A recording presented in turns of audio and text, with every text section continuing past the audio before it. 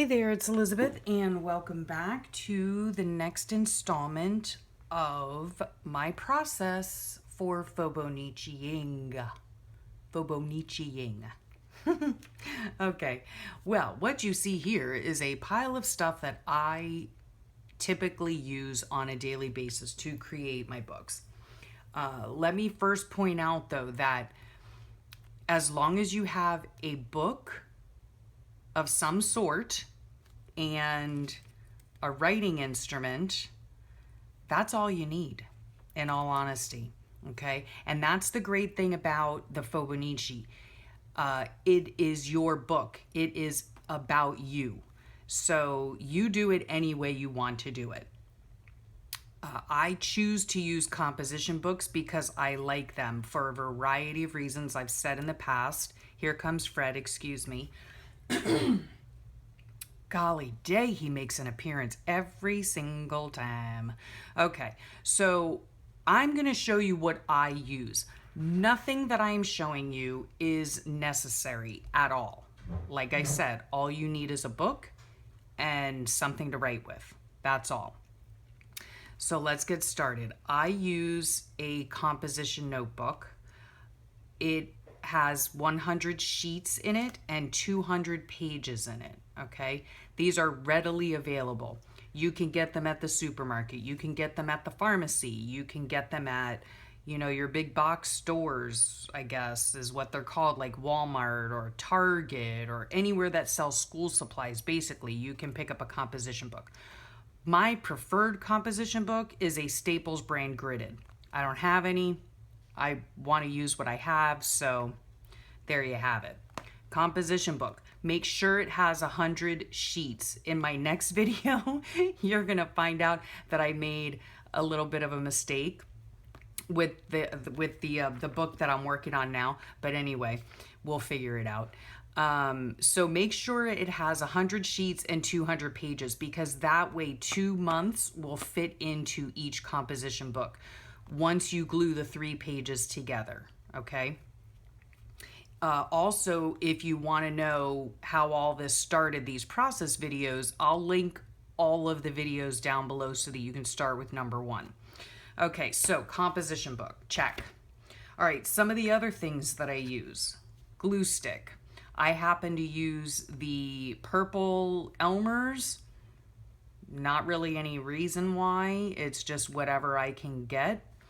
I've used a variety of glue sticks. Some people prefer certain glue sticks, and if you do, by all means, use that glue stick. I'm just telling you what I do. So you need a glue stick.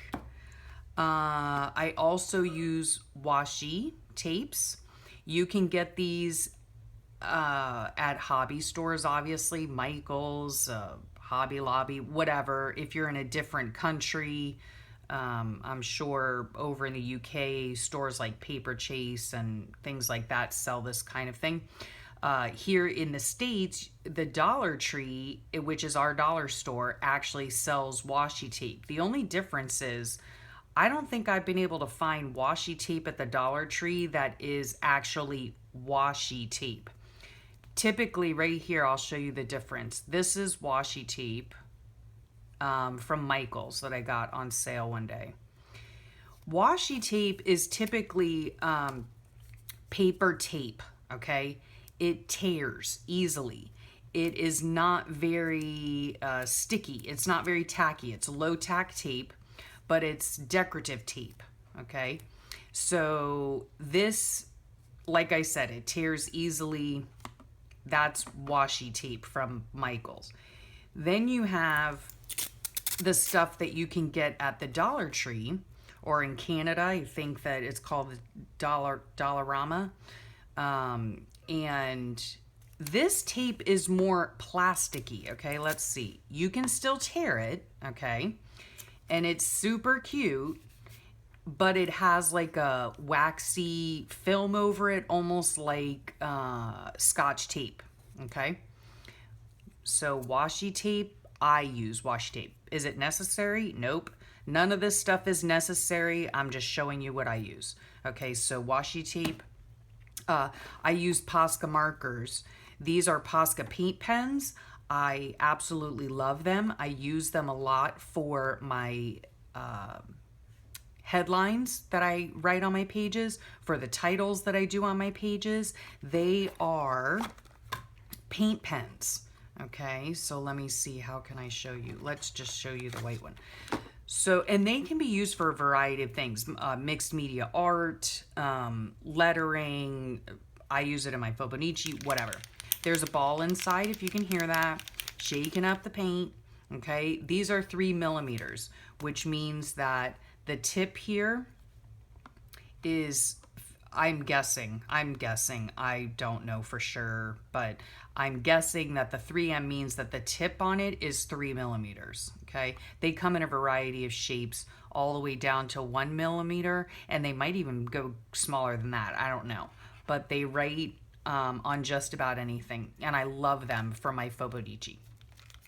So that's another supply that I use. This is a more expensive extravaganza, a little more expensive and extravagant thing to use. So I save these kinds of things up. If I want something that's a little bit more expensive, that's not commonly found, you know, or readily available, I save these up and I get them for gifts, okay? I think I explain it in the next video as well. And these are a little bit thinner Pasca markers. Love these as well. See, these are very thin and do a very fine line. So I use those in my book. I also use Flare pens by Papermate. You can find these in, sometimes you can find them in the grocery store. Otherwise, office supply stores, pharmacies, and probably hobby stores, I would guess. So yeah, I use these quite a lot. I also use colored pencils. These happen to be Prismacolor pencils, but I use, for my purposes, I use Crayola as well. I bought these, again, they were a gift because these are a little bit more expensive than your just, you know, the Crayola pencils or colored pencils that you can find at the dollar store. But, and they're great pencils. I love them. But for me personally, Crayola does the same job. So there's the story on that. So we have those. I use one of these clips. I don't know what they're called, and this is just to clip down your pages on the side there like that so they lay flat for you. I use Sharpie markers, Sharpie pens. This is the ultra fine point. I, of course, use a pencil. Excuse me. I'm so sorry. I use a pencil, a mechanical pencil, because I do all my lettering and drawing first before I color anything in. You don't have to do that. It is an extra step. I do it because a lot of times my hands shake, and so I don't trust myself with a permanent marker.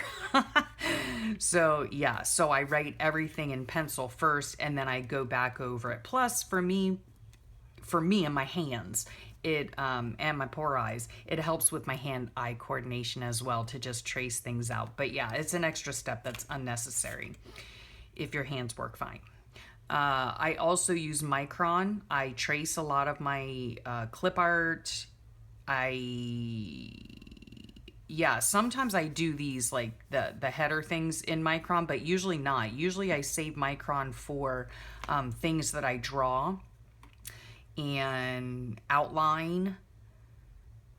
Yeah, I think that's about it for the Micron. And then I have one of these as well, which I use because I do use a pencil, you know, so if I make a mistake or I draw something and, you know, it doesn't look right to me, I erase it. So these are nice little erasers and they're polymer, so they don't leave any trace of, you know, the pencil. So that's nice. And that's by Pentel, and you can get that in an office supply store. And then, of course, as you all know, I use my clip art. So I go through and, you know, decide what I want to put in my book instead of drawing. And right here's 500 subscribers. Thank you all so much. I am so thrilled about that. And it's all because of you. So thanks for watching. So yeah, I have my clip art here, so I use that. And then occasionally I use, if I can get it open, oh my heavens, come on now. Occasionally I use, seriously, really? Okay. Occasionally I use magazine clippings. I have a lot more in my binders and in my drawers, but I use clip art. So I just cut stuff out and I save it in here. Look, isn't that cute, little buoys? And so yeah, sometimes I use that. So that's another material I use. And then I always keep a little, this happens to be a rack from a dear friend of mine from the group.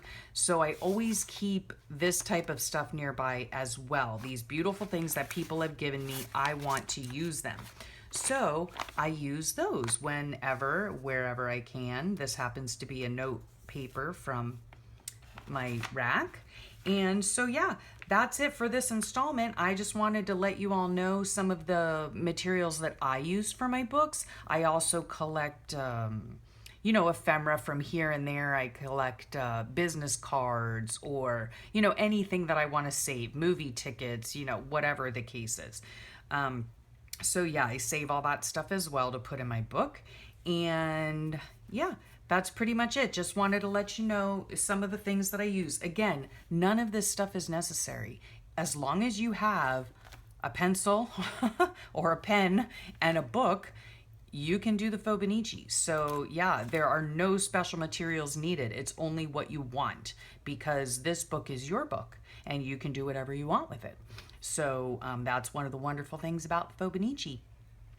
So I thank you for your time, and I thank you for hanging out with me again, and look forward to the next video where I kind of go over how I go from, you know, from this page here to this page, which would be the next step, all in my pencil, to the final page. So look forward to that, and I will catch you next time. And as always, you know, if you have any questions or anything like that, feel free to leave them below. I will reply to all of my comments, or should I say, I will always try to reply to all of my comments. I think it's important to reply to comments because, and I just discussed this with one of my subbies the other day, because she was just so sweet. She was so thankful that I had replied to her. And my feeling on that is, you know what, if y'all are taking time out of your day to watch what I'm doing, and if it's inspiring to you, I'm all the more grateful.